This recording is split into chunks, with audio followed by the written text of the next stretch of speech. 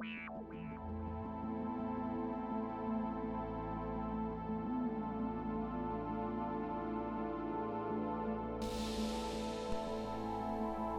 this is Ciderhelm. I'm the administrator of TankSpot.com, and I'd like to give a brief overview of how to acquire the Immortal achievement and title.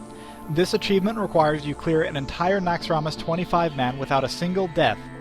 To prepare for this achievement, we spent 2 weeks identifying encounters that had the highest risk of player death.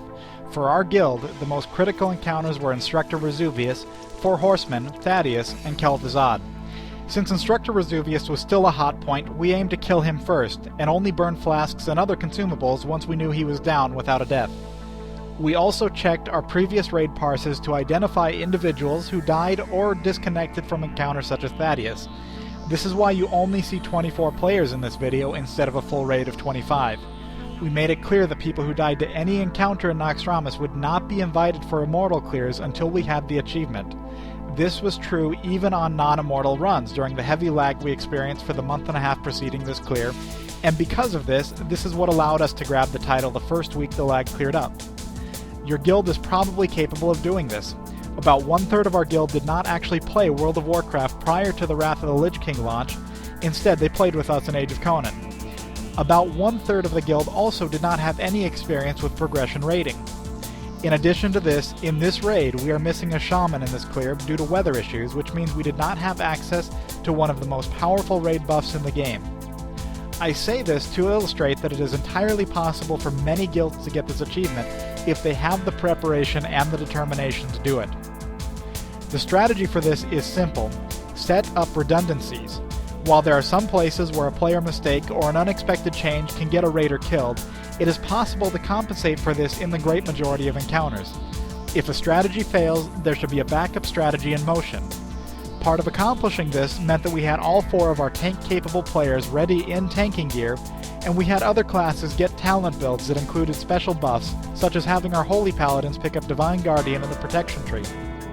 Now here's a brief outline of some of the encounters. On Instructor Vesuvius, we had a Feral Druid ready to taunt in the event that a mind control broke unexpectedly. If this happened, a priest was set up to use Guardian Spirit on that Feral Druid immediately, so the Feral Druid wouldn't die in case Vesuvius wound up hitting him for quite a bit of damage. On 4 Horsemen, we took Cerzeliak in the back exceptionally slow, and we had our raid members call out over vent when they were worried about anyone else's positioning around them. This helped avoid Chain Holy Wrath damage, which is the most dangerous part of the encounter. On Noth the Plaguebringer, I had an additional tank on Noth helping me to pick him up immediately after a blink. This was just a redundancy to make sure that it went smoothly. On Hygen the Unclean, we set up flares along the edges of each poison quarter so players could clearly see where they needed to go next throughout the encounter. On Anubricon, we burned Shield Wall with the additional duration from the set bonus while kiting him. On Mexna, we used 2 Divine Guardian buffs during web wraps, as well as a shield wall during an enraged web wrap, to guarantee that the tanks didn't go down at any point during this and that the raid survived through it as well.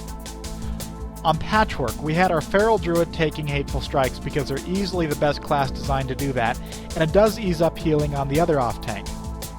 On Grobulus, we had 2 tanks dedicated to handling all slimes that came out, and we made sure that every single DPSer focused on those slimes as they came out.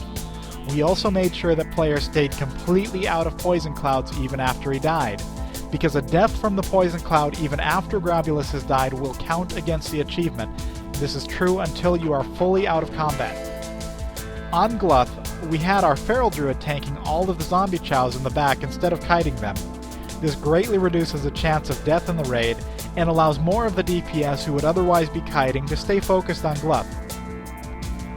On Thaddeus, we had 1 healer who had died previous raids stay at a maximum range and never come near the raid group. After the encounter ended, we had all of our positively charged players who were on the pool side jump directly into the pool and spread out apart from each other. Then we had our negatively charged players stay on the platform but spread apart from each other. This is because charges can dissipate at slightly different times, and even players with the same charge can deal damage to each other. Like Grobulus, dying before the charges wear off counts against the achievement, so you want to make sure people are spread out. On Saffron, we had Guardian Spirit ready for anyone who didn't make it to an ice block in time or just in the unlikely chance of a disconnect. Kel'thuzad is by far the most dangerous encounter involved in this achievement. This is because of mind controls. We had several layers of redundancy on everything in this encounter with a particular emphasis on the mind controls. To handle interrupts on Kel'thuzad, we had two separate and independent groups. Myself and my Feral Druid alternated every other spell that we interrupted, but we also had a Rogue and a Warrior that you can see in party chat who are doing this at the same time using their own method of keeping track of who is interrupting when. When one spell did make it through, I immediately burned several cooldowns at once to keep myself alive. Players were instructed to burn all major cooldowns which could be used against the raid as soon as combat with Kel'thuzad began. This includes abilities like Hand of Sacrifice, Tricks of the Trade, Call of the Wild, Intimidating Shout, and anything else that can pose a danger to the raid while a player is mind controlled.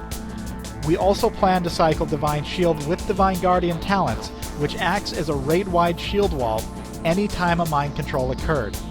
If the first paladin was mind controlled for any reason, he would call out on Ventrilo immediately so another paladin could use their Divine Shield to shield wall the raid.